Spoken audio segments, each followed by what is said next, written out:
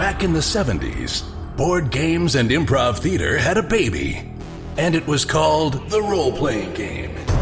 These games allowed a generation of kids to live out their dreams of slaying dragons and saving kingdoms, all while sitting in their bedrooms and basements. Today, gaming has moved into the cultural mainstream, and role-playing games are back with a vengeance. Join us now as 5 of these former kids come out of the basement and onto the internet to experience adventure, mystery, and obscure pop culture references. It's time for Roll for Combat!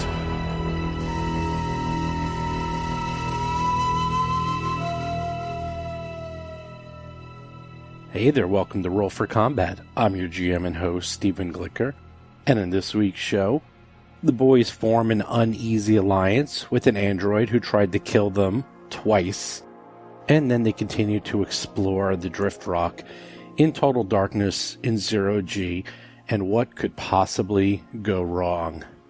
So last week's show was quite interesting. I thought it was one of the more normal episodes compared to some of the ones we've had recently, where every episode seems to get crazier and crazier. But I was wrong because we got more reaction from last week's episode than all other episodes combined. I'm going to go through each one of these real quick, and some of this I'll go through in more detail at the end of the show. So one thing I got a lot of guff about from last week was that I said sometime in the show that you need 3 resolve points to come back from death. And a ton of people wrote me and said, no, that's not true. You only need 1 resolve point. Well, here's the thing. I'm actually not wrong. Sort of. In the actual rules on page 275 under the conditions in the area of dying, and also I use the Starfinder SRD.com quite a bit just so I can have multiple tabs open, and if you type in dying, the very first thing that comes up is the dying condition, and the dying condition says as follows, and I'm quoting verbatim, a dying creature can spend 3 resolve points to stabilize and can then spend another resolve point in a subsequent round to gain 1 hit point and stay in the fight. So why does it say 2 different things? Well, first of all, I think it was just an honest mistake, and if you go to the Starfinder FAQ, they actually said it's a mistake. Sort of. This is something that actually happens in Pathfinder, where what they do is they'll have conditions that are different for the PCs than for the monsters. And this might have been one of those cases and where they were saying, well, if you're a player character, you only need 1 resolve point to stabilize and come back from death. But if you're a monster, then you need 3 resolve points. I might be wrong about that, but I've seen that happen before. And as usual, it only leads to massive confusion when you have 2 different rules for characters and monsters for things like conditions, especially when you have conditions like dying, which should be the same for everyone. So I'm sorry, everyone. I got a lot of mail for that and a lot of flack. Don't worry. If anything like that happens, I would have made sure that I corrected it. I would have even brought someone back from the dead and rewound the episode or what we were doing from that point. I'm never going to be unfair. But it does come up when you type in dying, and it is in the rules. So until they come out with a updated version of the Starfinder rules, I know they're up to the 3rd printing. I'd like to see if they changed it. I have the 1st printing, and this is still in the SRD until they correct it. The other item that a lot of people talked about was the fight last week. First of all, we just laughed about it. It wasn't a fight. We actually talk a lot about this on the Discord channel. We talk a lot about this in Talking Combat last week. We've known each other forever. I've known every one of those guys for 25 years plus. Some of them known 30 years. To us, this is us getting along. It's like family at this point. When we're yelling at each other, the very next minute we're just talking about football or a video game or a movie we saw. That really wasn't that big a deal. And also, you have to understand, and the more you listen to us, you'll know, that that's just John letting off steam. And if you hear, we're kind of laughing at him the whole time. That being said, I will talk about this as what do you do as a GM if there's a fight that breaks out, and how do you resolve it, and what do you do? I'm going to talk about that in the second part of the episode. that I have a lot of advice for that, because I've had a lot of fights with these guys. I've had fights to the point where they've left the game. Chris actually left my game for several years before he came back. And over those years, I've learned lots of lessons. And I think I've finally gotten the hang of basically keeping these fights down to a minimum, and also keeping it to the point where we don't break up and stop playing the game. The third item that was crazy was the 3D combat in Darkness. So this week we have more 3D combat, and it's even more complex. So one thing I want you to use in your mind's eye is think of the movie Ender's Game. I know the movie's not that great, but if you remember the battle room, remember the 3D battle room, and remember how people, once they started to like push off and they just keep going, and there's nothing to stop them. Like when you're in 0G and you're just flying, that's it. You are stuck. Well, that's exactly what these guys. Think of that movie, think about that scenario, think about how helpless those people were. That is what I'm trying to picture and have these guys fight in. And I think we do a pretty good job. It might be overly technical, and I bet most, if not all, game tables don't do it the way I do it, but my guys like it this way. We play a very technical game, we play with a lot of detail, we play with the rules, and we like playing this way. It makes it difficult, it makes you thinking in 3 dimensions, and probably you don't need to do that, but we do. Finally, the very last thing I want to mention, that throughout this episode, Chris is secretly sending me messages, and he's giving all of the weapons and items back to the android. Originally what they did is they took all the items from the android because they were scared that she was going to kill them, and Chris secretly was giving them back to her behind the character's back. And you'll hear about that a little bit in the game. So you'll understand why Chris is like asking me questions, because he's doing that through Facebook and Discord and other items. And this will happen quite a bit. It's actually better than passing notes at the table. Since we can do this completely anonymously, they really don't even know what's going on. They don't even know that this was happening. Like at a table you might know because people are passing notes. So, whoa, long intro. So let's get into this episode, another crazy one where it's all bunch of mess in this 3D combat. I'll be happy when that's over and they finally get gravity, but that might take a while. So with that, let's get into the episode.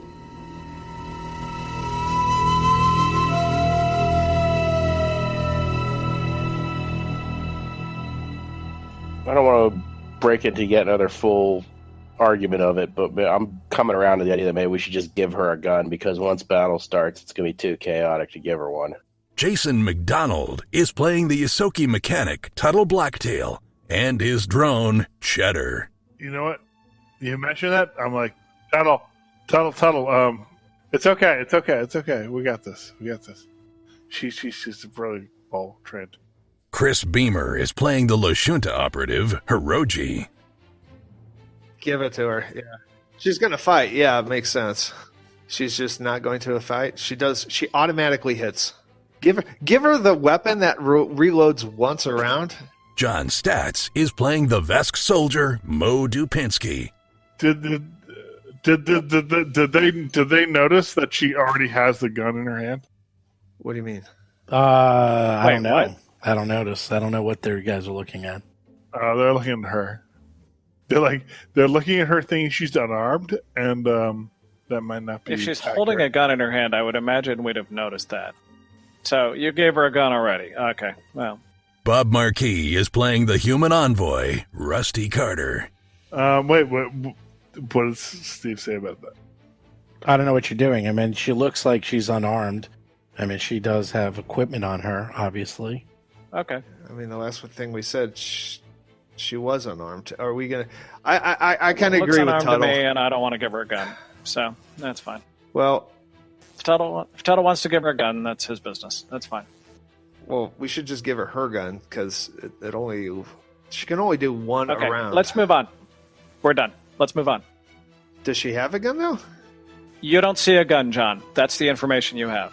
Are you giving her a gun? Otherwise, please move on. Let's give her back the rifle so she has Chris, something. You're the one with the rifle. What did you do with the rifle? I really have a rifle on me. What? I do not have. he gave it back to I- her. Okay, look, okay, so you guys, gave her the guys, rifle. I mean, guys, this is yeah, don't I make feel- this I feel hard. bad This is about just does she have a rifle and she has one? Okay, we're moving on. Yeah, she does. She does. I don't think you respect me. I think you disrespect me on that. You mean the way that you did the opposite of what all of us decided? That we don't don't disrespect. think so. That we're not Right. showing respect But now- towards that but now decision, which everyone disrespected 100 every single one of us. But now 100% everyone is in my court, right? So I was right. Okay. Ends just about means you guys make poor decisions. I correct them. That's funny. All right. And we're just gonna inch along here. God, I love we have goblins. I love that. Hey, look, I apologize. This is a mess. We have a lot of people in our party, and they're tiny little. But I am an operative. She's an operative. We see eye to eye. Actually, we should see a lot more than eye to eye right now. Oh, actually, no. So you look into this room. This is a cavern. Once again, look, you open up into a very, very large cavern. I only see 15 feet. Mo and Cheddar are the only ones who can see what they can see. And it's just opening up into another one of these large caverns. Does Cheddar see farther than us? Cheddar has dark vision, so he can see 60. Oh. Can he describe? That's part of the goblin tech. True, but you don't have the thing where you can see through his eyes. Yeah, I don't have the camera mod, so I can't But actually he can't see what he's seeing. describe it? Like, what's his No, not vocabulary? Okay. Yeah, I don't know. Does He he probably talk? could. Does Cheddar even talk? He does. He does talk. He actually can speak ysoki and comment. Oh, He does well, talk. What do you see, Cheddar? I mean, but we're not. I mean, That's Jason's. I'll leave that his for character. Steve. I mean, Yeah. I'd leave that for Steve in terms of how. I mean, is he going to sit there and describe every room to us while we sit Well, there and wait? If there's a Sarlacc in there, I mean, I'd like to know before I move into the How room. about this? If he sees like a big monster, he can like go red alert, red Yeah, alert. have Cheddar sound an alarm if there's like any sort of living Yeah, danger. entity in Just the. danger, Will Roberts. Danger, that's Will all Robinson. we need. That's all we need. He can Standard do that. yellow alert, red There alert we go. protocols. And I assume he's not seeing any danger, so we're going to move forward. Okay, so front row, moving forward. Hirogi's moving far ahead. Yep, I made that move. The whole middle row is just The whole middle row just let charged Steve ahead. draw the room before we actually charge forward, guys. Well, I do what I do because He already did. He My already- compatriots don't trust me. I gotta man up. You mean because you lied to us? Wasn't I'm a an lie. operative. Tomato. Yeah, I know. How silly of me. It wasn't really a lie. It was a live omission. By doing the opposite of what we all voted on and then not telling us? Yeah, but then the I know, I'm being resolution so was to give her- mean. was to give her a weapon now. Like, I knew before you knew what the right thing was to do. All right, Well, stop. We'll Stop. see. This is what you see. You enter the room. There appears to be a passageway to the south that is hewn rock, and you can't really see more of this room, but it is a very, very large room, and it continues off into the darkness in the north and the east. But to the south, you see another passageway going deeper into the asteroid. Ooh, what do you guys think? South is what I would be inclined to do, but can we see anything in this room, Cheddar? I mean, is there any objects at all? I mean, are there constructions or drills or what's going on? Does Cheddar see anything going out to his maximum range of vision? Yeah, I mean, he sees stuff, but you said he wasn't going to say anything. Okay, now I'm going to have him do a more active kind of investigation of the room and report back his little Cheddar findings. He does a little scan, and he says, I see north and east passages are lined with some sort of polished metallic plating on the walls, floor, and ceiling. Wow, that's interesting. So that sounds like the mining people may have been actually working in that area or something. Polished metallic plating. That is really interesting. That's almost like a I don't know, like a reactor chamber or something like that. It's worth it. Oh shit! Roll for combat! All of a sudden, Red Cheddar also says, red alert, red alert. Great. Thanks, Cheddar. Danger, Will Danger, Robinson. danger. Jason was a step ahead of me there. Wow, what a mess. 9 characters in combat. This is insane. We love our goblins. They should run in. Well, this horrible thing comes flying out of the darkness. It appears to be the bottom of his body is wearing a spacesuit, but the lower half of his helmet is shattered, and a repulsive, bloated, blue-gray tongue hangs from the remnants of his lower jaw. And he seems to be launching right at you guys. Oh, wow. So, this is where it gets fun. He slams into Mo. So, Mo, give me a acrobatics check to not get... This is like bowling. He literally... This can cascade very quickly. He was in the darkness, pushed off. He was going very fast. He must have. He I obviously mean, has quite yeah. been. Yeah, he has very high speed, and he hits you. So you do an acrobatics. He has to do one too. Okay. Did Colossus throw him at us? This is the fastball special. Oh, I love the fastball special. So good. Can I roll athletics instead? Athletics or acrobatics? That's correct. Either one. Okay, now I think... 15. Wait, what? You get a +5. Oh, no. So- This is my athletics. It's a plus Yeah, right. 9. +5. No. Athletics is plus 9. Unless I get minuses for space. Athletics is +8. You get a +8, not +9. You fail anyhow. You need a 20. So it doesn't Alright, I matter. got... You fail anyhow, and you can look By at it again. 1, right? 2. I failed by 1. 2. You Oh, fail by okay, 2. okay. I'm just doing what it says in Hero Lab, and Hero Lab gave you a +8. So, good news is the Void Zombie is also off kilter. So he's also floating around in space, and he's like, blah, blah, blah. But of course he's still going to try to do an attack. It's just like a really bad attack, though. Yeah. So while you guys are off kilter, floating in space, his tongue lashes out at you like a scary length and tries to wrap around your face, and you somehow get out of the way, and you realize that ain't good. Torsa, on the other hand, is like, what's going on up there? What's going on? We can't see. There's literally a wall of people in front of us. Are these walls Zerk 30 is- feet high as well? Yes, in the cavern, but not in the cavern. They're 30 feet high, but in the corridors they're only 15 feet high. And Zerk is like, me too. We can't see anything. What are we gonna do? They should be able to see. I mean, Hirogi. Oh shit! That's what I'm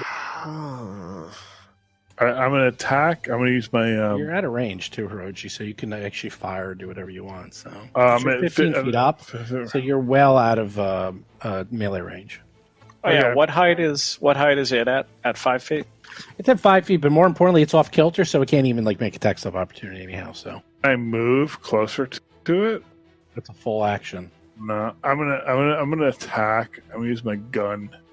First, I will do my trick attack thing. Oh, you can. +4 to that roll. 19. I know, but it should be good enough. It's a 19. Nope. It's a 19. I No. fail. You I no, fucking you fail. You always Wow, need a 20. You need at least I a 20 know. every time. I know, dude. Actually, the That minimum sucks. you need is a 21 on a CR1. You always need a 21. So you failed. Next. Okay. was that your attack or? No, that's my thing. Oh, okay. I hear a hit. Nice. Very nice. Hits. It's a hit. Rolls a And it did 16, full does damage. 4 points of damage. Does- Full damage. As a move action, I'm gonna try and push myself down so I can get Can't. in. I want to get in melee range somehow. There's nothing to push against. You can go forward. but you Probably in can't a go down. 30-foot. Also, because of the stack, Can I- Cheddar, can I- Cheddar And you're was there. stacked. Can so- can I push myself northeast a little bit? You can push Here yourself somehow? upward. Sure. You can continue to Superman up. higher. Sure, definitely you can do that. And don't forget, Carla is underneath you. So if you want to go there, you can do that. You're going to hit the wall, though, but sure. Yeah, I'll do that. You're gonna keep doing that next turn. You gotta.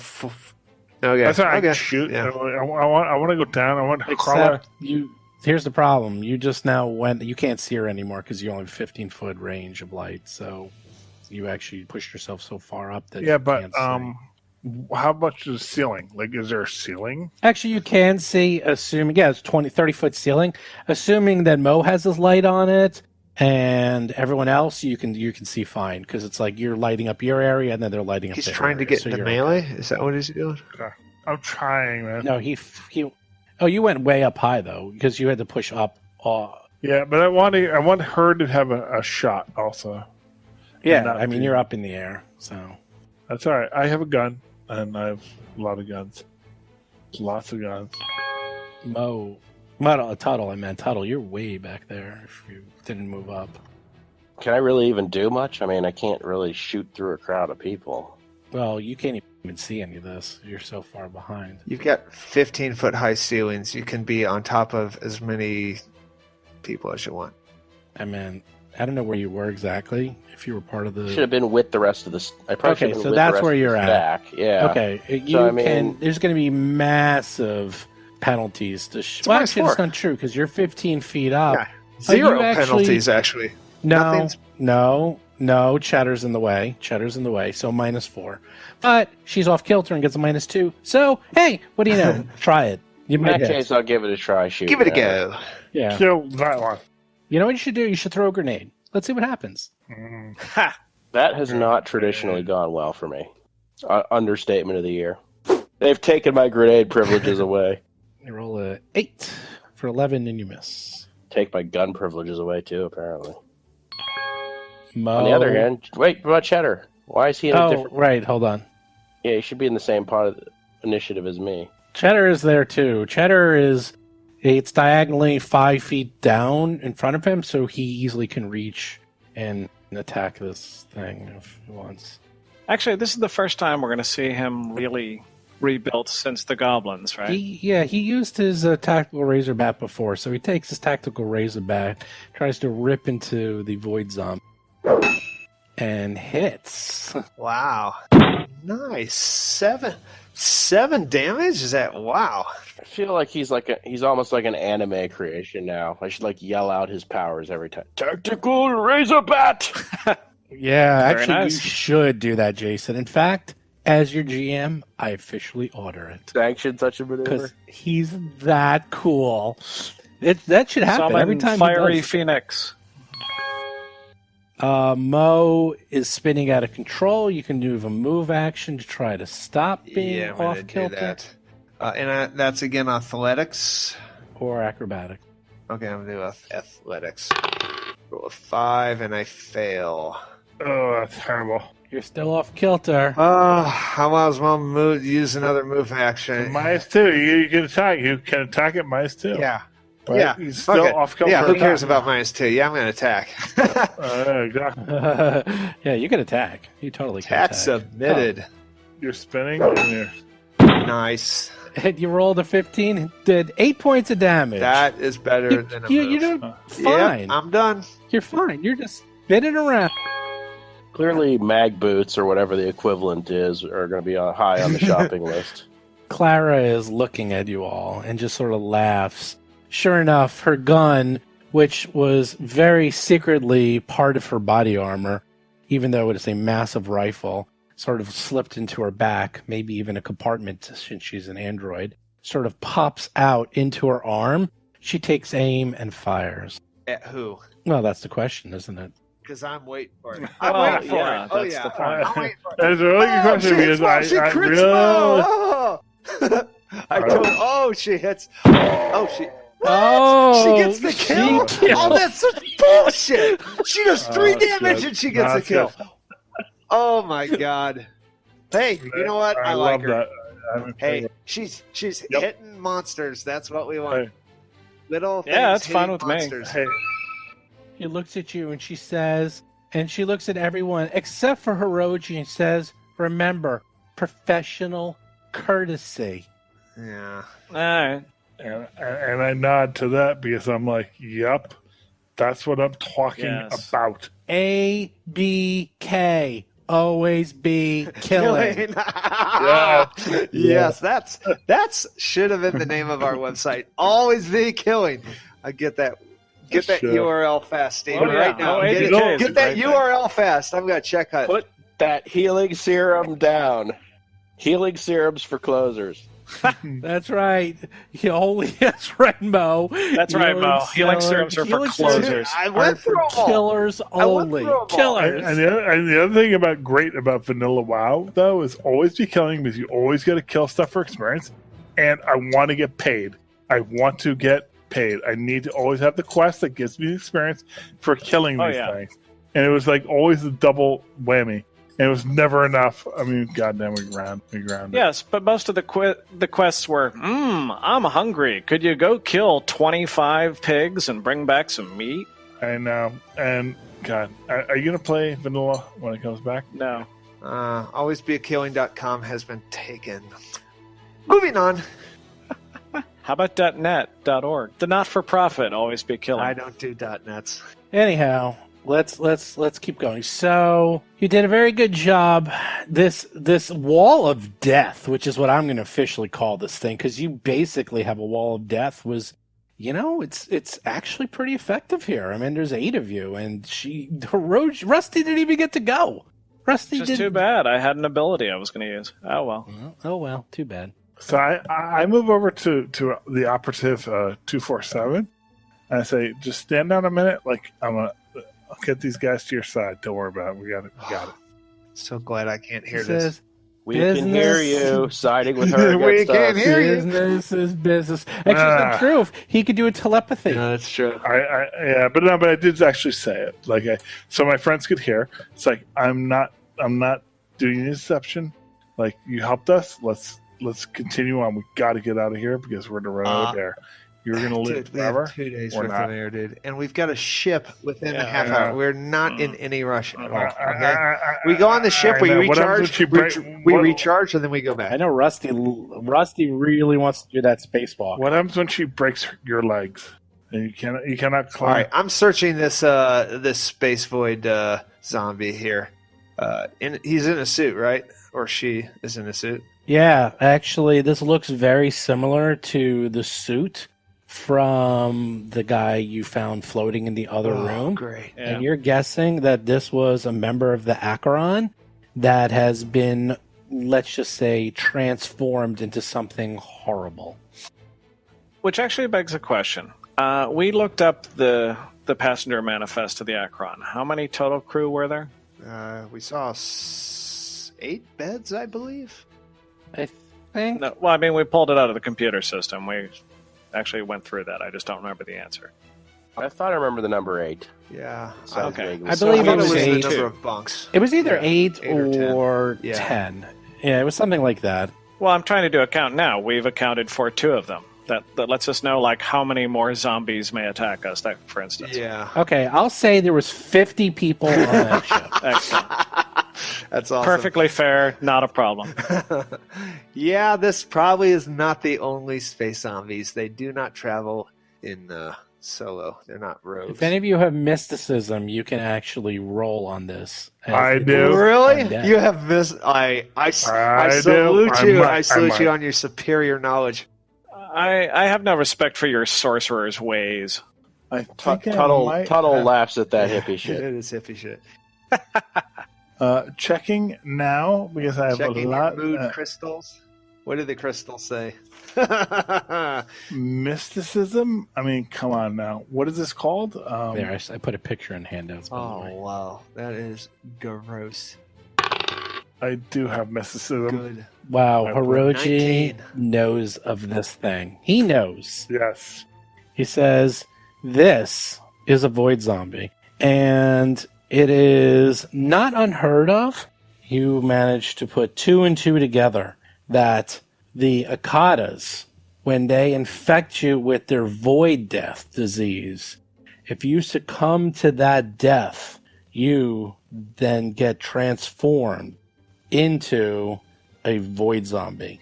And not only do you get turned into a void zombie, but inside of a void zombie is a small new Akata gestating and getting ready to explode out of the void zombie. So the void zombies are nothing more than vessels for new Akatas. So it looks like these were members of the Acheron who got infected by the void death, died while they were on the drift rock, and have now been transformed into void zombies.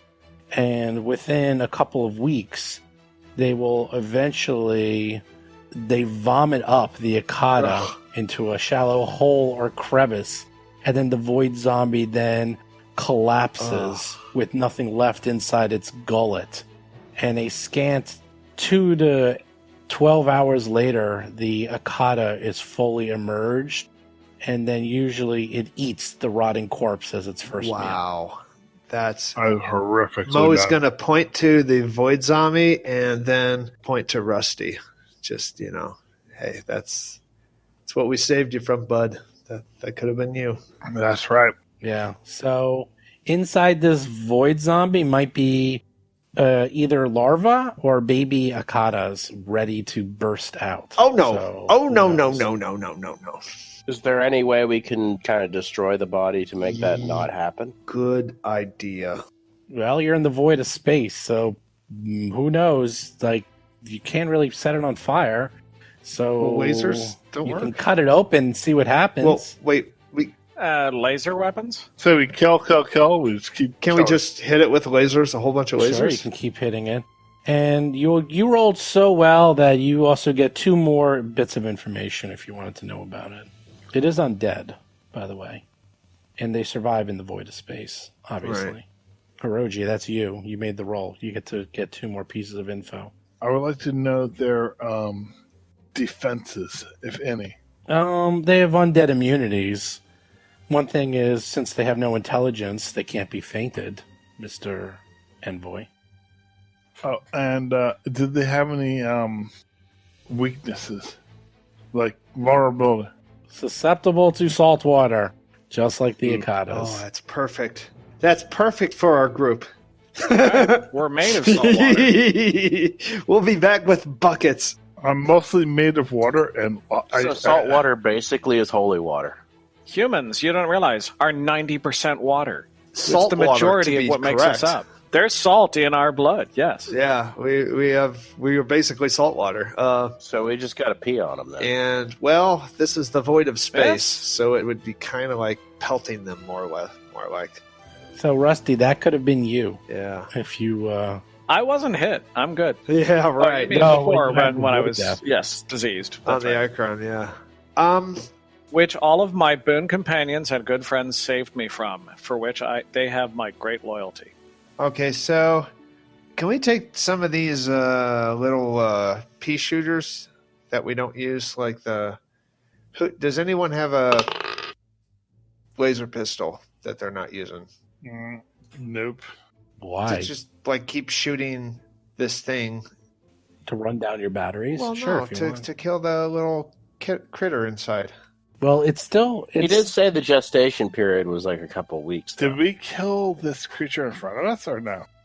Yeah, Yeah. it's dead. Oh, Yeah, so it's just let's zombies move. now. Let's Well, hold on, move how forward. It has a baby alien How undead long inside has of it this that in a ship been couple of here? weeks will explode Yeah. forward. How long has this ship been here already? A few weeks. A few weeks. Is that what you said? Few weeks? Yes, a few Okay. weeks. And they just stayed in how many weeks? A few weeks. Okay. I say we kill this thing. Mo, do what Yeah, you have you know to what? do. Fuck it. I got a hammer. I'm going to keep smushing, like, I guess the stomach. Is that where it would gestate? Sure. So you start smashing it to pieces, which is interesting in 0G. So it's kind of like a pinball effect. You hit it, and you manage to keep hitting it, and it like floats back up, and you keep smushing it and smushing it and smushing it. And sure enough, eventually you see what appears to be an Akata larva inside of its chest cavity. Ooh. And we squish that thing with my hammer. You squish it and squish it and squish it. Look like Coup it de was grace. about ready to emerge and turn into a space dog. Oh, knowing what we know now, should we go back and do the same to the body in the other room? Yeah, it's right behind us. Yeah. Can we just say we do that? It's a perfectly good Esotech suit on him. You sure you want to... Are you going to keep the suit? Yeah, let's keep the suit. Or are you going to smash it to pieces since who knows what diseases you might get by wearing it? Esotech is... That was a bit of a push question in our polling sample. It seemed... I feel like the vacuum of space cleanses all diseases. I could be wrong Except about that. apparently undead void Completely disease. not true. Wow. Yeah. But I like to think that. Yeah. I like the purity of vacuum and not... Water bears can survive in outer space. Okay, so we take the suit off. I don't even know. How much is that even? How much? What's an Esotech? I have no idea.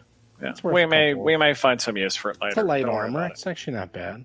So you strip him naked, and Carla and the goblins are like, I don't know what you guys are doing, but we like it. We do too. All right, you slowly rip off this poor guy's suit, and you can see this. He just died from wounds. But sure enough, you start smushing him. Blood and gore goes everywhere. This cavern and the other caverns now look like slaughterhouses. Right. Well, we You smashed just a have corpse, blood but- and guts and Well, gore. blood wouldn't have splattered. It's in Yeah, it would space. be- Right. It would be we floating have red in snow. droplets. It's red Wow, snow. alright. Hee! Yeah, it would be red Just dust. Right. yeah, clarify, but okay. this is S-Tech's 1 suit or 2 suit? One. Okay, level 1. Okay, so yeah, that's a 410 sells for what, 41? Is it 1/10? All right, do this later, John. Seriously, come on, man. So you're not going to be taking suits off in a void. So you find the suit. Moving on. You're in the cavern. What do you do? Yeah, let's move forward. Let's advance. I'll move 10 feet forward. Excellent. Well, yeah, we can climb along the floor, right? No. Because we can't push off on I walls, pushed right? off. Wait, I see a structure to the north and to the east. I pushed off. Oh, if you push off, then yeah, you hit the ceiling eventually. No, I pushed off to the east. Horizontally. Slam into the wall on the right, yeah. There. So you notice something odd. There's 4 tunnels exit this cavern. There's one to the north, there's one to the south, there's one to the east, and there's one to the west. Strangely, while the south and west passages are rock, the north and east passages are finished and lined with some sort of polished metal. The floors, the walls, and the ceiling are all metal. There also appears to be no handholds in those metal corridors. Ooh. I think there might be Yeah, do artificial we have gravity. engineers here? Yeah, we Can do. we do an engineering check on these panels? Dr. Tuttle, Dr. Tuttle, Dr. Tuttle, Dr. Tuttle. Yeah, give me a second to get over Dr. there. Hirogi. That's Mr. Hirogi. Do you have a No, PhD? I have a PhD, not an MD. Tuttle. Yeah, I'm going to take a look at this. Tuttle. And Tuttle didn't go to 8 years of mouse, PhD Mouse programs. PhD. I went to the School of Hard Knocks, and I have skills. So that means Mr. Hirogi. Yes. Technically, yes. All right. Soon, I will save your ass, and you can call me the Queen of England. So I'm going to call you Her Majesty. Okay. Royal Majesty, will you die? All right. Nice. engineering 27. Wow. Nice. 27. That's pretty good. 15. Rolls a 15 plus 12. Interesting. Tuttle looks about these metal panels, and you can determine that these wall panels are some sort of ceramic metallic plating that looks strong as durable as adamantium alloy, but itself is a substance unknown to you or modern science.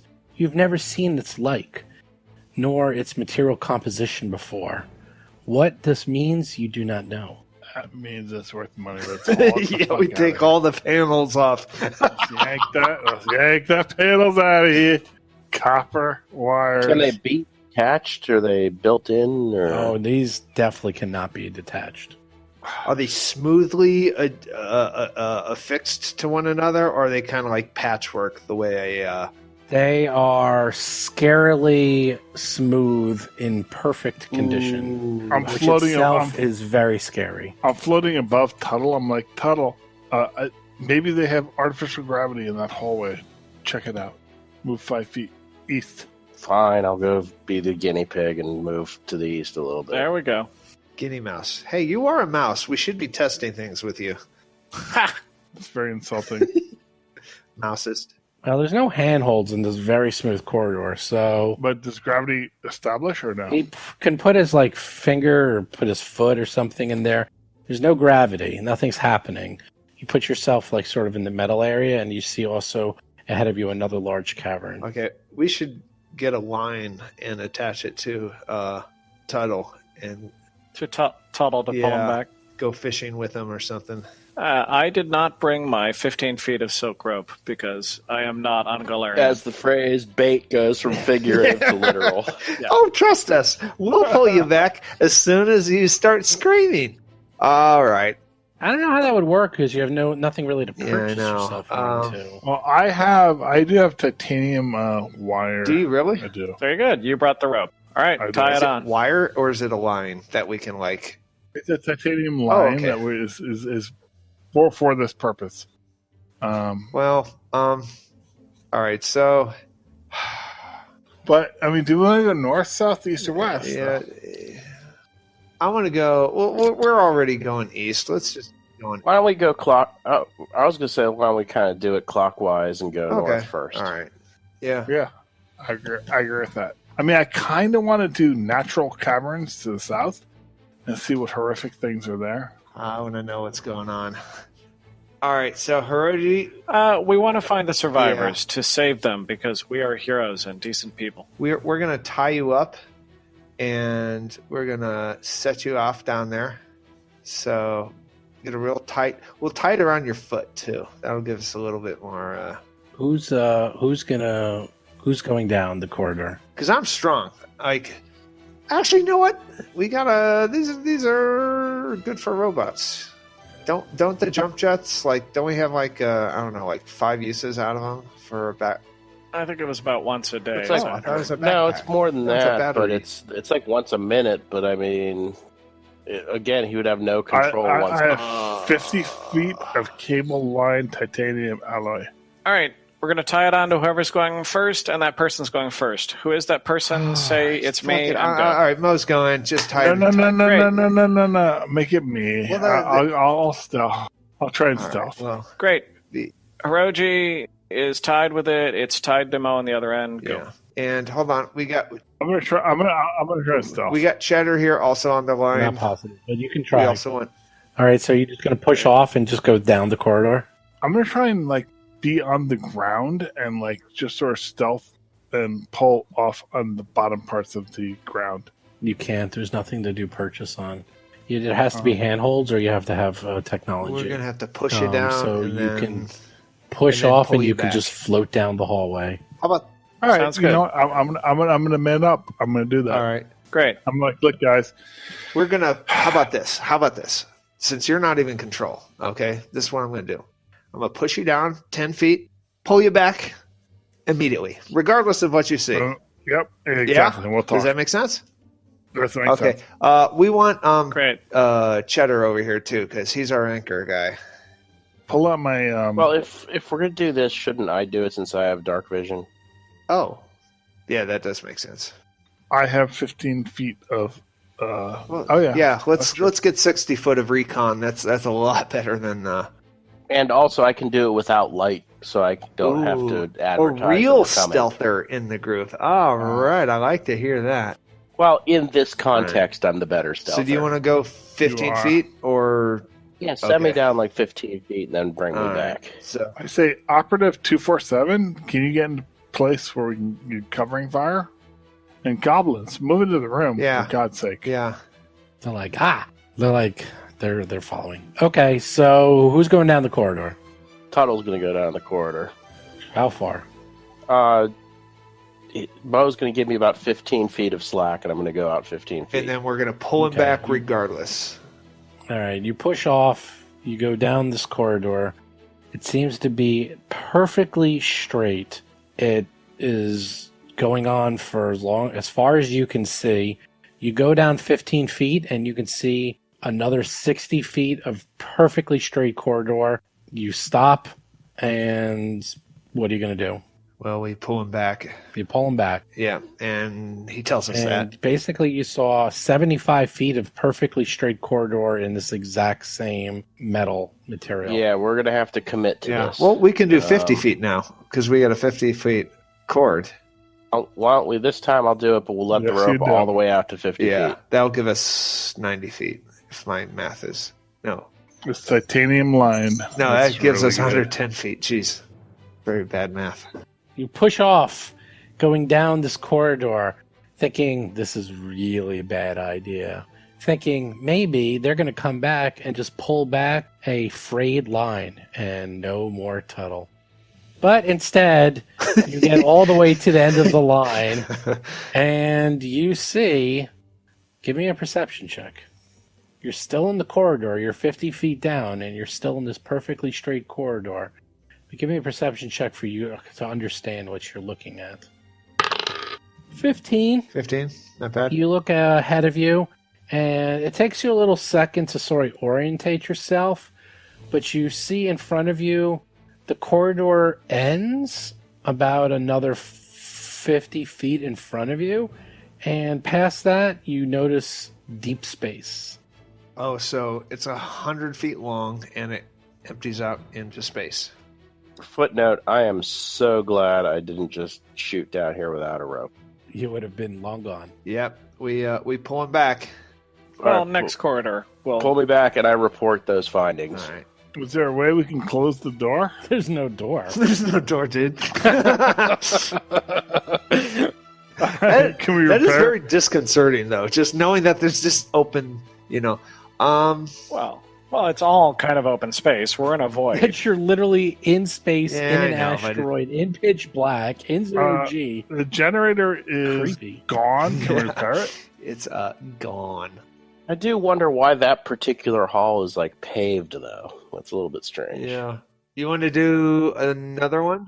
Let's go down the other paved Yeah. hallway then. Let's do the same thing, 15, because we got some recon for some of that. Where are you Yeah, guys start gonna with- put yourselves like in some position, because we kind of got all over the place here too. Mo's in position. Like, where's Cheddar going? Where's our heights? All that stuff. If we're gonna have, because this was like 3 or 4 and we were flat, but we're in 3D combat with 8 participants, so I kind of want to know where people are. Just tell me what you want to be. I can tell you.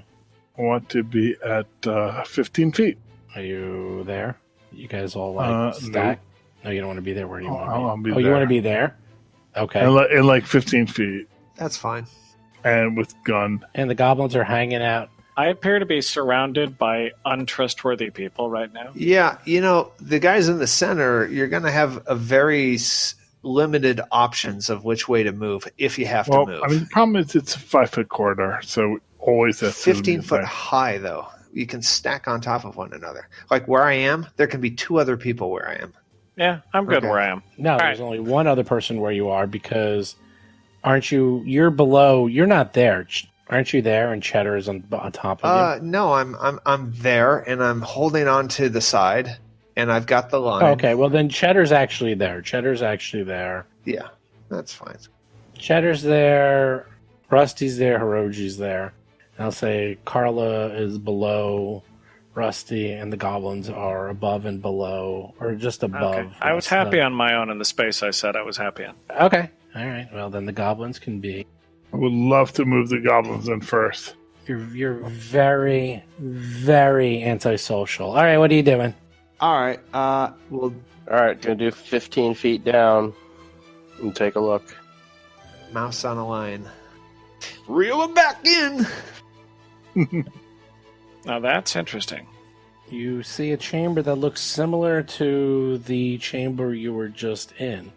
There appears to be a passage to the north that also is lined with this weird metal. There also appears to be a corridor to the south. In addition, you also... How many Akatas?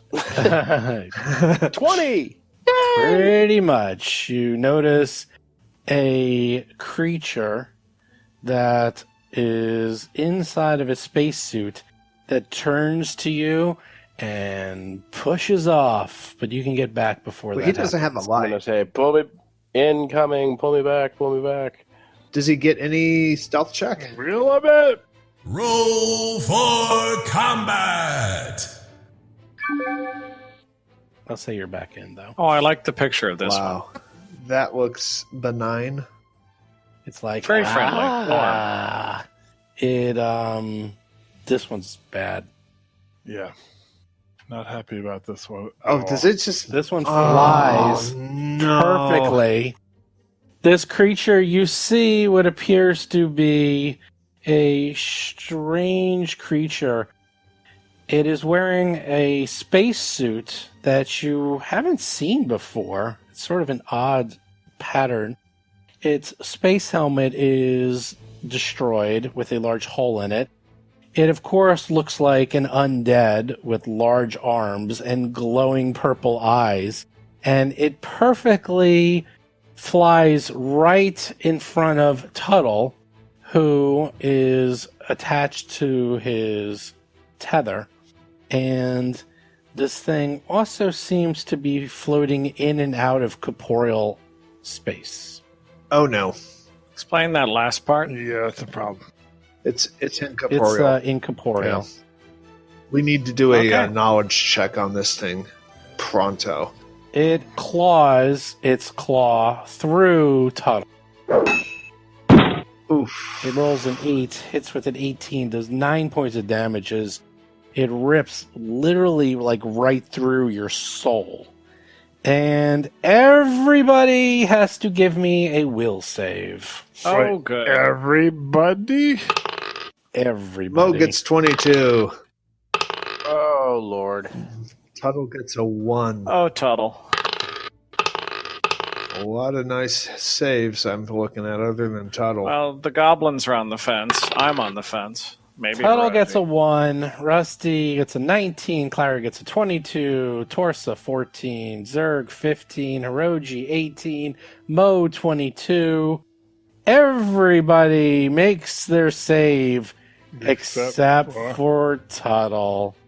Tuttle, Oh, no. seeing this creature is so discerning that you are confused by what is going on. Between spinning in space, getting hit by an incorporeal claw, and God knows what else, you are now confused. I could have told you that. Yeah. Zerk. Zerk is... He can see this. He's right behind Tuttle, and Zerk is like, I'm going to save you, Mr. Tuttle! And he pushes off. It's finally a good time to have groupies. And he literally collides with you as he tries to grab you and save you. Oh, that's perfect. It's literally a bad time to have groupies. So give me an acrobatics or athletics check as he tries to grab you. I don't know what he was trying to do, but we're going to find out. Actually, let's look up what... Actually, I also want to look up what confused means. Oh, it's bad. He's going to attack or stand Treat still. all creatures as enemies. Oh, okay, that's going to be good. You are mentally befuddled and can't act normally. That's my acrobatics is 13. Oh yeah, you're totally. Is that lesser confusion? It's just confused. It's an ability. That's the one where you have to roll in the 1d100, and you either act normally, you get babble, you do damage to yourself, or you attack the nearest creature. He rolls. He's also. You guys are both tumbling in space. Perfect. And he's going on. So both Zerk and Tuttle are drifting in space. Tuttle is confused. Zerk's trying to grab onto you. Carla is up. Carla, who... She has a gun She somehow. knows this territory, though. That might be... She has a gun. You didn't want to Yeah, give her a she gun, but knows she has a the gun. territory. She looks at this thing and it's like, interesting. Worthy prey. Oh, I like that attitude. She lines up her rifle, takes the shot, Come on, Clara. Clara hits. hits, hits with the 26, does 6 points of damage, tearing into this creature. That's with is that a laser that she's hitting? The good news is she hit. The bad news, it's incorporeal. So you know what that means, everybody? Half damage. No, it's actually much worse. Wait, what? Immune to all non-magical kinetic attacks, and only energy and magical attacks can only do half damage to it. So only energy attacks are going to work against this thing. Is a laser energy. Yes. Yes. Excellent. Yes. Actually, the piercing round that she shot into it actually does pierce it, but because it's not energy, it did not do any damage. Now you know. Torso's like, stand aside. I'm going to shoot. We all stand aside so he has a clear shot. And he shoots with his junk laser and gets a 10. Right. Mo. Now, Mo, you don't have any line of sight to this thing or can't get to it, so I don't know what you're going to do. Really pulling the mouse and everything? All right, so I'm just going to... okay, you can pull the mouse. That's totally... You can totally pull it. I'm looking down the corridor pulling the mouse. I mean, yeah... Well, what do you want to do? Pulling the mouse sounds like a euphemism for something dirty, you know? Well, the mouse is now in front of this drift dead, who is going to probably mess him up pretty bad. So the mouse is still... You can pull him down to you. I mean, you can pull him right to you if you wanted. And he can be, like, right below you. I mean, it's probably going to... Wait, are you actually calling the mouse not a rat? No. Yeah. Well, all right. So what I'm going to do? I mean, a mouse is so... All right. Officially, I can't complain because I'm confused. Yeah. All right. So what I'm going to do is I'm going to pull him toward this corridor to the west. Impossible. No, you can pull him towards you. That's what you can do. You're in 3-dimensional space. You can pull him towards you. You can't magically throw him halfway across the room. All right. Even though I'm super strong and way bigger. Yeah. Right. Yeah, and show me how that works. Give me the math where you magically can make. If you're drawing go a bucket out room. of the well, I mean that's basically what I'm doing. I've got a well here, and I'm. No, you're not. No, you're going around the corridor. So if anything, he's going to go behind you because you're ricocheting him. It's not possible to do what you're trying to do. I drop the rope and I pick up my tactical arc emitter and I shoot. Oh, actually, no, I can't. I don't have line of sight, really. All right. You actually do have line of sight. There's just cover. Yeah, cover. If cover. you Okay. That's cover. what I got to do. Okay. So it's -4. How does he even have sight of that? I don't understand. No, it's actually -8. So I don't see how he can. Oh, okay. I he thought can it was shoot. -4. You cannot shoot from that position. There's no. You actually can, but you get cover. The rule is if you go against the wall, it's cover. It's automatic cover. So if you shoot against the wall, it's a -4. But then the creatures, but then Tuttle's in the way, so it's another -4. So it's a gotcha. All right, yeah. So it's up to you. It takes me a full round to move 5 feet. Is that correct? The only way you can move is yes, but if you want to move 5 feet down, yes, it's an entire round action. Yeah, that's what I'm going to do. I'm going to do that. And I can't pull Tuttle out actually. If that's you can pull Tuttle out, but he'll come to you. But I don't want him to go down that 100-foot corridor out into space. No, he would go below you. You can pull him to you and grab him. Show me where he would go if I pull him. I can't. It's hard for me to. He would go right there. Oh, that's not bad. Below you. I would have never thought they'd be together. Okay, yeah, that's fine. He would go there, or possibly he. Yeah, could because go that's there. where I'm. He could ricochet. Yeah. Yeah, he could ricochet down. Let's see what your roll is. Maybe you end up throwing him into outer space. Maybe you could just throw him down the corridor, leave him there, and then pull him back when you're ready. I love that my body is now subject to the same random chances that the grenades were. You know what? We enjoy I'm that. gonna try that, and I'm proficient in grenades. You're gonna like this, Tuttle. Okay, so I am a projectile. All right, now. I'm gonna pull you toward me, and we. Hey. I mean, just for the record, I actually hate gravity. Yeah. 0G, you mean? I'm an enemy of gravity You and mean always zero G. in general. You won. No, I mean gravity on planet Earth. I Oh, hate it. All right. Well, Okay. what do I need to roll? This is a kooky thing. This is going to be kooky. Wow. We'll say acrobatics or athletics. Athletics, to, definitely. to pull him. It is a +8. I double checked. Eight, It's not all right, it's this D20 plus 8. I rolled the 1. All right, it's a 9. automatic. It's Where does all right, you want the Tuttle good news and bad news? We're going to roll.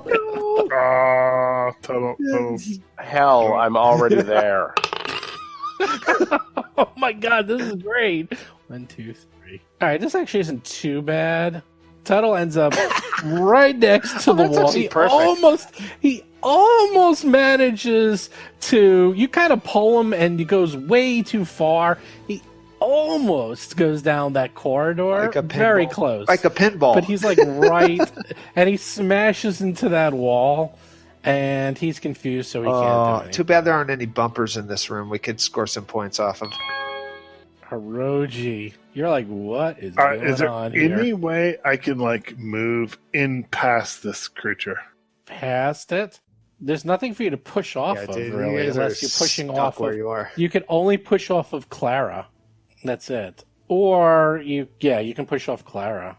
I'm thinking I want to do that and move a double move, You and can't. There's no such thing as double move in outer space. It's only single move. I think he means a full move. I want to move there. Oh, you can't do that, dude. You can only move 15, and the most you can move is 15 per round in space. That's if you push off something.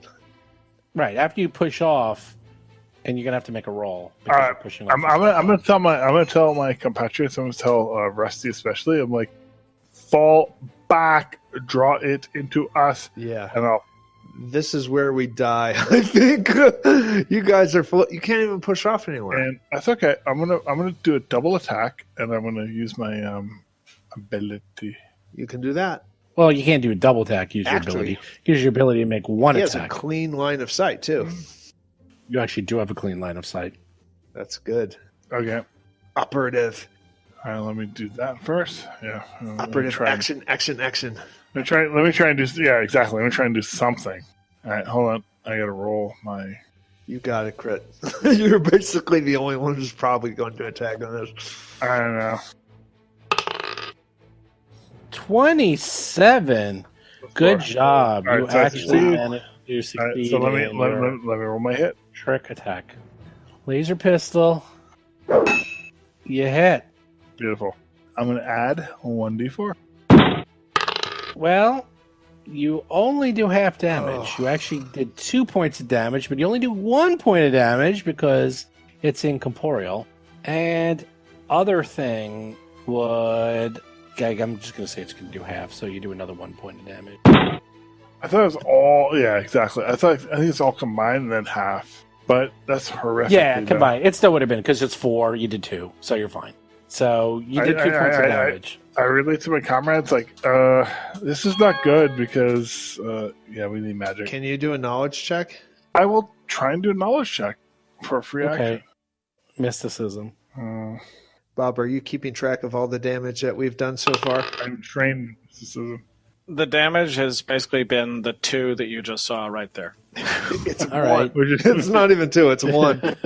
No, he did that was 1 it. and then 2. Oh, so I'm trained that in too. mysticism, and I have actually know from these things. I actually am trained a little bit. This is a drift dead. You know that when a mortal human dies within the drift, while consumed with a strong negative emotion, it can become a drift dead, a restless undead spirit bound to that plane, unable to escape the confines of the drift and reach its final judgment. What's left of the drift dead's warped mind is filled with insanity, rage, and hatred for the living. So overwhelming is this flux of emotions that a drift dead physically broadcasts its confusion, affecting all those who venture too close.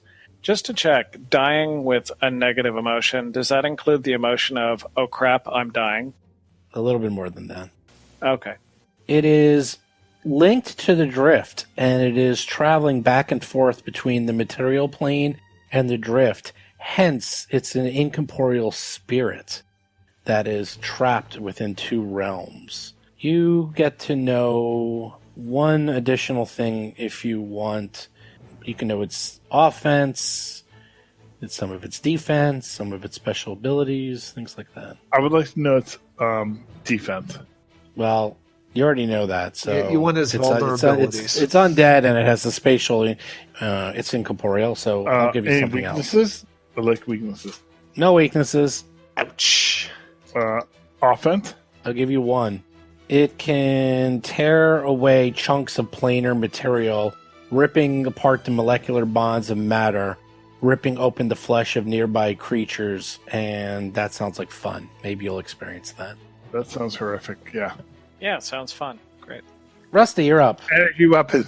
Okay, so first things first. I point behind it and say, "What in the world could that be?" And that is my feint. I'm going to save you the time. It's Does it undead. not have an intelligence? It's all undead. They can't feint undead unless they're intelligent undead. If it's intelligent, yes, I can. No intelligence. It's not. What? Actually, Sorry, people are interrupting Steve. it does have an intelligence. I'm going to give it Then, to you. yeah. I was wrong. The feint rule is it doesn't work against creatures that don't have an intelligence. No, That's you're right. It has an Working the intelligence. nice. Oh, yeah. Nice. So I'm making my bluff check. Well, now that said, I did not make the Bluff of DC. 2, but 13, or bluff of 4, 13 total. But that doesn't matter. I've been actually using my feint below my ability up till now.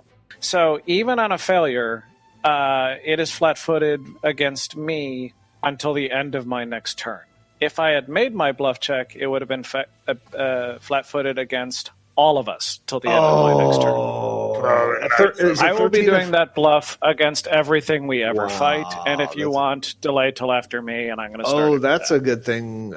Is a 13 a fail? And once I get to 6th level, I can blow a resolve point and just make sure it succeeds, regardless whether I fail or succeed. So. Oh, yeah, you totally failed. Okay. All right, at any rate, it's flat-footed against me till the end of my next turn, but of course I didn't have my laser pistol out. So I would like to draw my laser pistol. Part of a move action, you can do it. Yeah, as part of a move action, so I'd like to move backwards if I could. That ain't gonna happen. How can I do that? Can I push off against Cheddar? Yes, but then Cheddar will have to make the roll too. So We're actually, you can't on because the Cheddar's ground, above you. though, right? Yeah. Yeah, you can push off. You're on the ground. So where are you trying to go? You can go straight up. There. No. Sure. I can. Well, say that's you do 15 that. feet. It's one Yeah. round of movement, John. Yeah, you totally do that. Yeah, he's actually 5 feet. He's on the ground. As part of that move action, I draw my laser pistol. So next turn, I'm going to do double attacks against him with my laser while he's flat-footed. Yeah. So go. It's a feint, which if I get a super improved feint someday, I can do as a move action, but otherwise right now it's a standard, yes. Very nice. All right. Actually, I have improved feint, but this is clever feint, which is a standard action. So Okay, Mr. Tuttle, who's confused, give me a 1d100. I'm concerned that I'm kind of the only person that's in the way of this thing. No, that's not true. There's a robot, and you know that the undead, they don't like I'm gonna go robots. through that robot like Mr. Tuttle rolls a 5, which is lucky. Because I was going to say, if you attack the nearest creature, not only you going to attack the nearest creature, but Cheddar's going to attack the nearest creature too. You act normally. First thing you need to do is you've noticed that you're flying into the wall. So you can do nothing and just automatically get off kilter, or you can do a move action, try to grab onto the wall and balance yourself. And that's acrobatics check. Or athletics, that is correct. All right, I'll try to stabilize myself. 21? Nice! You do it. Nice! You grab on. You're like, oh?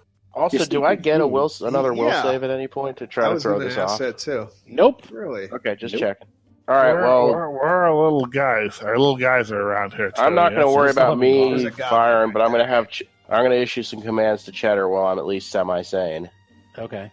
Is Cheddar up? All right, Cheddar is there. Cheddar's kind of floating, and it's in front of him, and he has a clear line of sight, and he's in range. Junk cannon. Oh, God, here we go. There we Nice. go. It's not energy though. Yes, it is. It is Good. energy. Oh, good. Go, Cheddar, go! And he hits! What does he roll?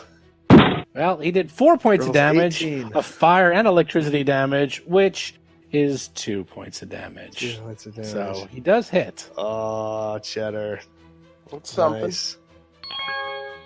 The Drift Dead goes. He must. Well, the Drift Dead sees this poor, defenseless goblin just spinning its fate and decides to rip it to pieces. Wow. Hits with a 5, which is a 15, does 5 points of damage, tears the poor goblin. The goblin screams, going, "No! I'm trying to save! Help, my friends! Help!" Hang in there. You got this. And then the Drift Dead moves right up to Cheddar, and the goblin's like way up there, floating still. Zerk. Oh, poor Zerk. What's Zerk gonna do? Zerk is just floating off kilter. Oh, he's got to shoot at it. Nah, he's stuck. I don't even think he can. He'll just try to attack because he's just kind of stuck. Yeah, he's fine. He can shoot. Junk laser missing. Clara looks at you guys and say, "It's like, did you give her back her laser pistol?" No, you did not. Did Time you? to reload. No, she doesn't. She only has one gun. Yeah, I know, but she didn't give her back. Can't her she laser just pistol. reload that gun for a standard action? Sure, That gun's not working. It doesn't do anything against this creature. Yeah, it's useless that's against this right. creature. She needs a laser weapon. She is 5 feet away from. She's you like, can well, throw it. I'm hanging out. She's like, well, if you guys want a trick attack, ranged energy attack, just let me know. Oh, she should delay her action until Hirogi goes. Yeah, you don't control her. That's Yeah. a nice thing. Torsa is like, no, You Zerk, guys didn't want to give her any weapons. Yes, you're right. Because she multiple times tried to kill me, and she's a criminal. Oh, As a free action, I'll yell to her, "You can take my gun," Okay, Mo's up. whatever that's worth. yeah. As a free action, I tell Hirogi to use a move action to toss a gun to her. Mo, do I have line of sight of this critter? Yeah, there's a -4 because of I can Cheddar live. moving I can away, live with but a -4. be- All right, so better than the -8. wait, what? It was better Oh than the yeah, -8. yeah. I thought you said So- no. It's a -8. All right, we're gonna use that tactical arc emitter. Okay. Oh, look at that. Tactical arc I like emitter the uses sound of that. 4 shots. That's a blast, too. So that hits everything, including... I think that would hit Zerk, too. Wait, I'm not using the blast. That's not the object I just picked up, is it? You just selected a tactical arc emitter. That's what you said. Yeah. Oh, you know what? I used the wrong thing. I meant the artillery laser. Sorry. Oh, well. Yeah. I didn't mean... Oh, God. Yeah, I thought I was using my laser. You can Okay, redo sorry it. about You that. can redo I'm it. sorry. I'm not used to using anything but my hammer. All right, try again. Silly Mo. Okay, attack submitted. All right, so you roll an 18. You did 8 points of fire damage, which gets truncated down to Nice. 4. But that's still pretty good. We can do that. That's a No, good that's thing. good. Sure. And I'm like, oh no. Oh no. Cheddar has a flamethrower, doesn't he? Oh no. Alright, I'm going to do my thing. Yes, kind of, sort of. It's technically the junk cannon. Oh, yes. okay. It's flamethrower. Is that what it? Okay. I mean, it does line effect just like a Right. flamethrower. Rolls a 15, gets a 28 for stealth, Alright, I'm attacking.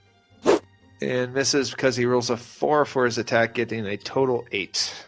Okay. And as my move action, I say, heads up! And I throw my pistol to my upper. You don't have a move action because you use it all up with your full. It's a full attack to do that attack.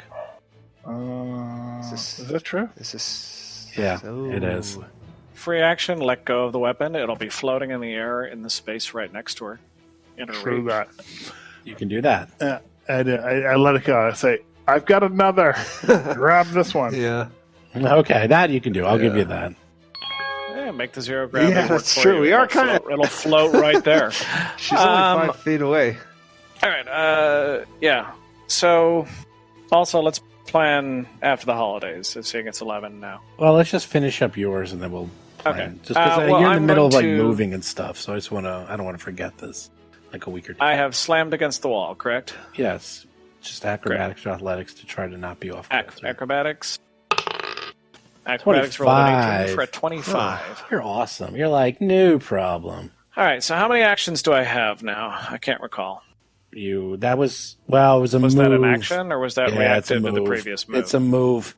You could basically do nothing and slam into the wall, but you just did a move action to grab onto the wall. Then I'm actually going to try and take one for the team. I could shoot it myself. I'm going to instead try to clever feint it again and give everybody the bonus. But if it doesn't work, next time I'll have a full round and I'm just going to shoot it twice myself, even if nothing else happens. Yeah, so I'm makes doing sense. a bluff check to try and feint it one more time.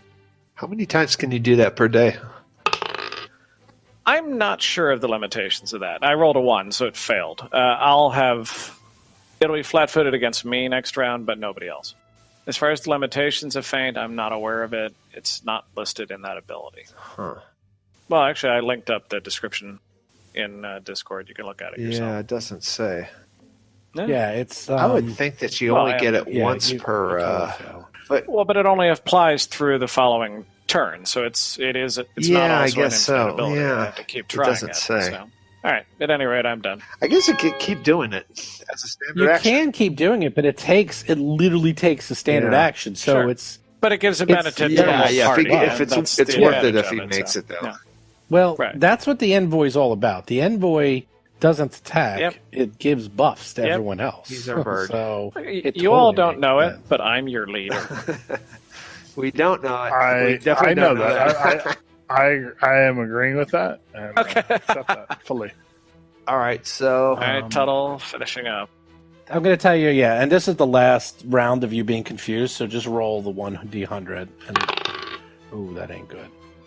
Awesome. Attack nearest. Attack nearest creature. Okie dokie. Oh, What are you poor gonna little do? goblin. That might be actually, a he's 10 Hirogi, feet away. He's not near anything. Interesting. It is closest, though, not No, it's close. Would I pull out a gun and do it?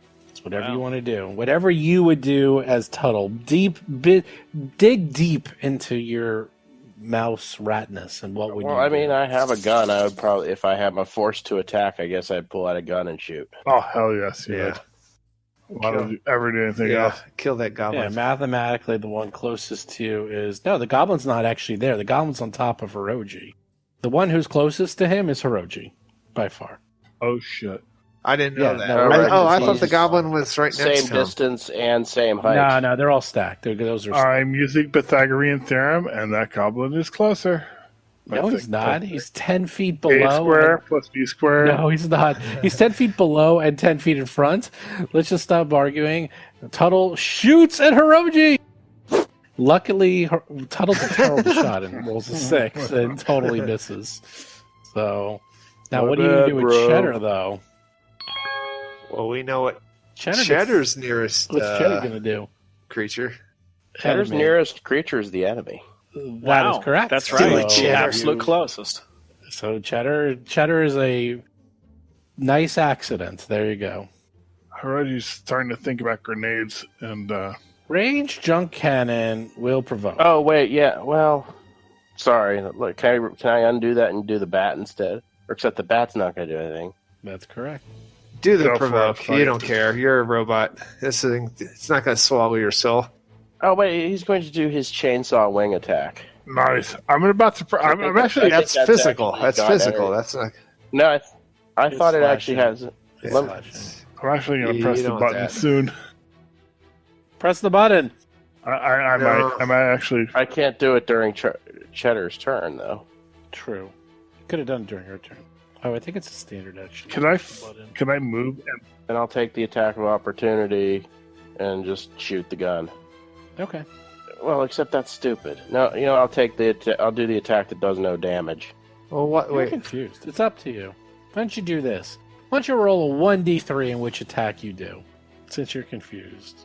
Oh, you're doing tactical. Yeah, All right, you do the bat and it completely misses. So, so it doesn't matter anyways. all right. The Drift Dead is flying. He's front of Cheta. And the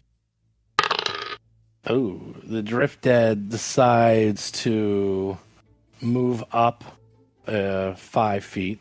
Just takes a guarded step upward, which it can do. Kill Zerk. And then attacks poor little Zerk. Yes. Zerk has an energy weapon. You mean we have an energy weapon? Oh, Zerk! Poor Zerk, we knew ye well. He died! As the Drift Dead just rips through him, and you see like parts of his soul come out of his body, and you hear an echo screaming in your helmets of like, no! And the goblin dies. And poor Torsa's like, no! Not Zerk! No! You're saying Zerk was even loud and annoying while dying. Yeah, Zerk was loud and annoying even in death. 20 damage. Wow. There'll be time to mourn later. Oh, yeah, 20 damage. That could have been one of you guys. So... But it wasn't. Win-win. I guess you're right. That is a soul-ripping move. Hey, it's Steve here again. So once again, another member of the party dies. Of course, this time it's a goblin, so not quite as bad as one of the main members, but still, this space ghost is not something to be trifled with. So something else is I usually don't like to cut these shows in the middle of combat, but this combat goes on for quite a while, so for the sake of time, I felt I just had to cut it. I really don't want these shows to go much more than an hour in length each. Obviously, every so often they go a little bit less or a little bit more, but I had to cut it. So for GM tips this week, I wanted to go through what I spoke about earlier, which is why and how to prevent crazy fights between yourselves and players. So the very first thing you need to understand is why we fight and why these fights are so bad. I've had fights so bad at game tables that 2 of my friends I don't even talk to anymore. Sort of. I talk to them a little bit, but we're not really friendly anymore. And at one time, Chris, who's one of my best friends in the world, he and I got into such a big fight that we didn't play together for years afterwards. So what is it about sitting around the table talking that causes these insanely huge fights? It's really kind of silly if you think about it. You're not really doing anything. It's not like you're playing a sport or you're arguing about something like, I don't know, money or family members or so forth. All you're doing is telling a story, and then you get into these gigantic fights. The very first thing you have to understand is why this occurs. And I call this the Game of Thrones effect. So those of you who haven't seen Game of Thrones, all 2 of you, there's a scene in Game of Thrones called the Red Wedding. And of course, I'm going to give a little bit of a spoiler here. The thing about the Red Wedding is that people were set up for years to expect a certain storyline to occur. And in your mind, you really were sitting there thinking of this is what's going to happen, this is what I expect to happen. And then out of absolutely nowhere, all the main characters that have been set up for years to actually do something very important to the story are all killed. And it just destroys you mentally in many ways. And one thing I like to do, it's very funny, go onto YouTube and people recorded people watching the Game of Thrones Red Wedding scene, and they lose their minds. They get angry, they're screaming. And this is what happens when you have a fight with your PCs. That is the Red Wedding Game of Thrones effect, where in your head you're expecting your character to do something that you've set up for a very long period of time and you've been planning forever, whether it's days, weeks, months, or years, and then something else happens, and then you do everything in your power to make sure that your outcome is correct and the other outcome, whether it's dying or disagreeing with the rule or so forth, doesn't occur. And people will fight tooth and nail when the story in their head is not meshing up with the story that's occurring. So think about that. Imagine if you were actually a player or character during the Red Wedding and that occurred. and all of a sudden all these people drew all these swords and started to kill all the main characters. What would you do as a player character? Would you start arguing with the GM, saying, wait a second, I get some rolls, I should have known, or that they had weapons, or I knew something was up? Like, you would start fighting left and right with the GM. There's no way that they just allow this to happen, where your entire party is set up in the middle of a feast and they're all killed. And try to think of it in that way. That's really how I like to picture this, because that's exactly what happens. You get emotionally connected to your character, you expect them to go in one direction, and they don't go in that direction. So you're going to fight tooth and nail with your GM or even with the other PCs to make sure it goes in the direction that you expected it to go in. So with that in mind, we can go through the different types of fights that occurs and what to do in each case. The first one is when the PCs fight amongst themselves, and I'm going to do this from the GM perspective. If the PCs fight amongst themselves, I usually do nothing. I have learned not to sort of get involved with those, and if you noticed last week, I'm very quiet during that fight. If anything, I'm trying to be a little bit helpful and trying to give them some tactical advice, but one thing is, don't jump in and sort of try to help out, because that never works. I'll give you an example. During that entire fight, when John was asking for healing serums and everyone was sort of ignoring him and just saying, oh, I only have like 1 or 2, I know for a fact that one of the other player characters had 5 healing serums. Now, I could have said something like, oh, this player character has 5 healing serums, John. Then that guy would have been furious at me, because it's not my place to tell him that, hey, why should I be the one to tell him that he has all those healing serums? And these guys don't really share sheets with each other, so I'm very quiet. I've learned a long time ago, don't sit there and tell the other players what each player has, because they're going to get really angry with you. So I just sort of let it play out, and if it gets really out of control, then I start pushing them forward. And again, I also know these guys. This also works a lot better when you know the people you're playing with. Like, I knew where this was going. I knew John just wanted to get this out of his system. And quite frankly, it also makes for good podcast. The next one is if the PCs are going to fight over you as the GM over a rule. So one thing I do, and if you notice I do this in the show, is I always explain the rules ahead of time. And especially if we're going to do something complex like 0G or darkness or incorporeal, I explain the rule so there's no misunderstanding before we get involved. It's very important to do that, because there's nothing worse than them learning about a rule after the fact. Especially if you're homebrewing, there's no excuse. You absolutely positively must tell them the rules ahead of time. You can't just make this stuff up. Now, sometimes they'll say, oh, well, you're cheating. Funny thing is, if you're the GM, there's no such thing as cheating. I've said this many times to my players. I said, you know what? I could just have a comet come out of the sky, hit you, and kill you all, and it's totally legal, because there's just no cheating in Starfinder or Pathfinder or D&D for the GM. What they say goes. Which is why we all agree upon the common rule set, and we all make sure we understand the rules ahead of time. And if you notice, another thing I often do is I often get the PCs involved with the rules. That way, if there is a fight over the rule, either that PC or another PC was looking up the rule, and usually they'll kind of help you, because when you're the GM, it's usually 4 against 1. This way, at least you have a PC or 2 on your side, more or less. And if you explain the rule ahead of time and everyone understands it, it's very hard for them to come back and say, oh, I didn't understand that, I didn't know that was the way it's going to work. But let's just say that you don't explain the rule and something really bad happens, then just rewind it. Try to have them re-roll, come up with a narrative way. You know, I want to do this over and over again, but once in a while, it's not going to make you any less powerful. You don't need to be this all-powerful GM that everything you say is law, because then they won't trust you. And trust goes both ways. And if you seem like you're fair and trustworthy, then when it comes down to a hard decision, they're not going to fight you on it.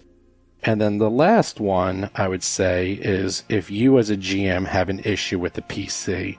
Now, this can go in a lot of different ways. One thing I've seen, believe it or not, is if PCs cheat. Like, one of the big ones is I once played with a guy who used his iPad to roll the dice, and he would never show me what the dice were.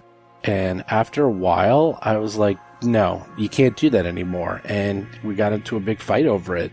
And I said, look, here's the thing. It's not that I don't trust you. It was like a whole thing, oh, you don't trust me and all this. I'm like, no, like, just roll the dice. Like, I want to see what the dice are. Just the fact that you're having an iPad and you're holding it up. Or show me what you're rolling. And when he refused to do that, I knew something was up.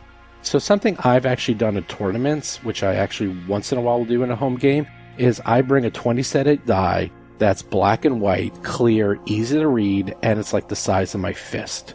And I just like, everyone uses this die, including me.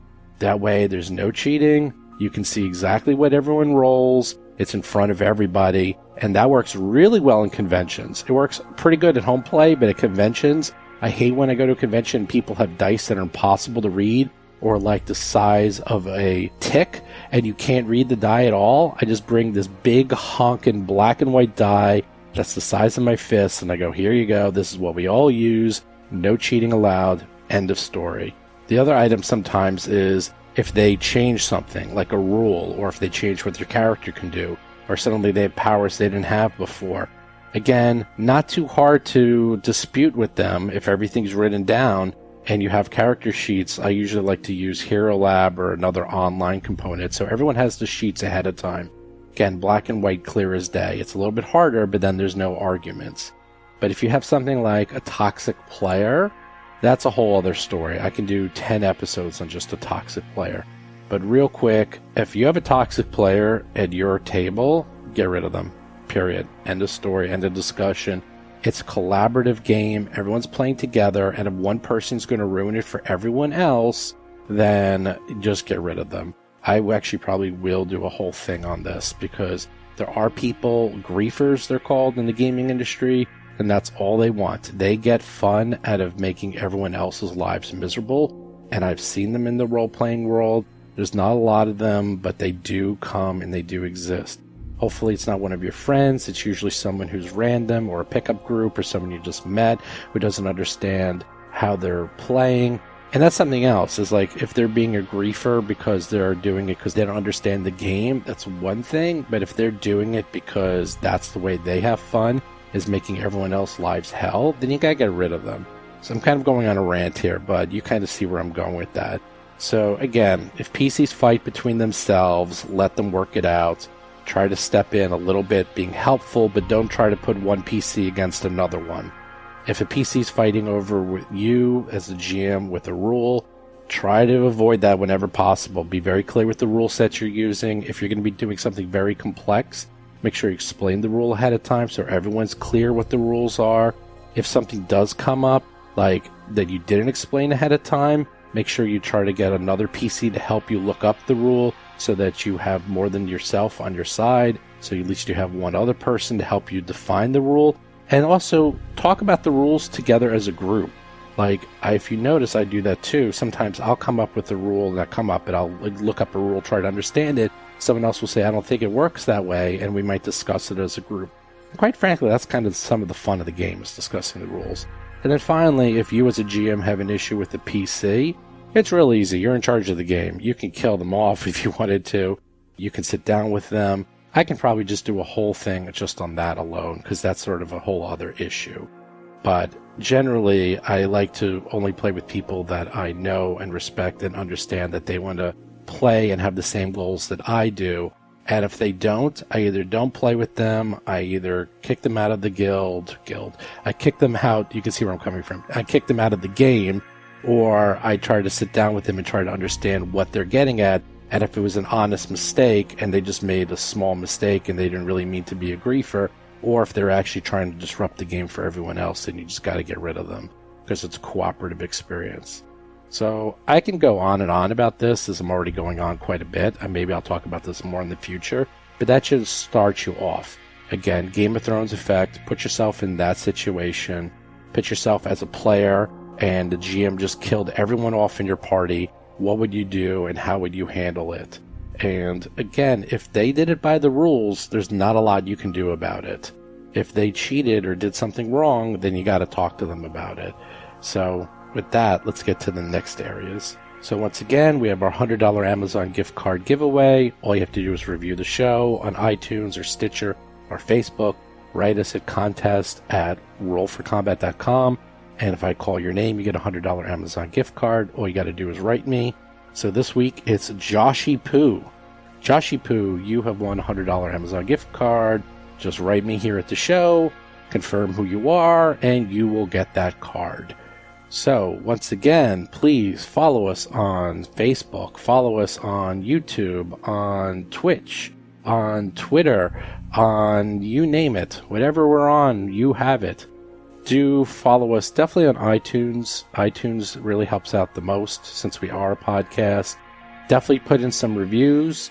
If you haven't already, it's easy. You put in a review, you put in just your name, you win $100 maybe. Really cool. Also, don't forget the Discord. Everyone's on the Discord. That's where everyone is. It's the big party over there. Not only are we playing Starfinder, but you can see pictures and talk to us whenever you want. We're on there all the time. It's a grand old time over there on the Discord channel. You can find it on rollforcombat.com, how to join. And with that, I will talk to you guys next week. See ya. You've been listening to Roll for Combat, a Starfinder actual play podcast. If you have a question or comment for the show, please visit us at rollforcombat.com or drop us a line at contact@rollforcombat.com. You can also find us on Twitter, Facebook, Discord, and other social media platforms.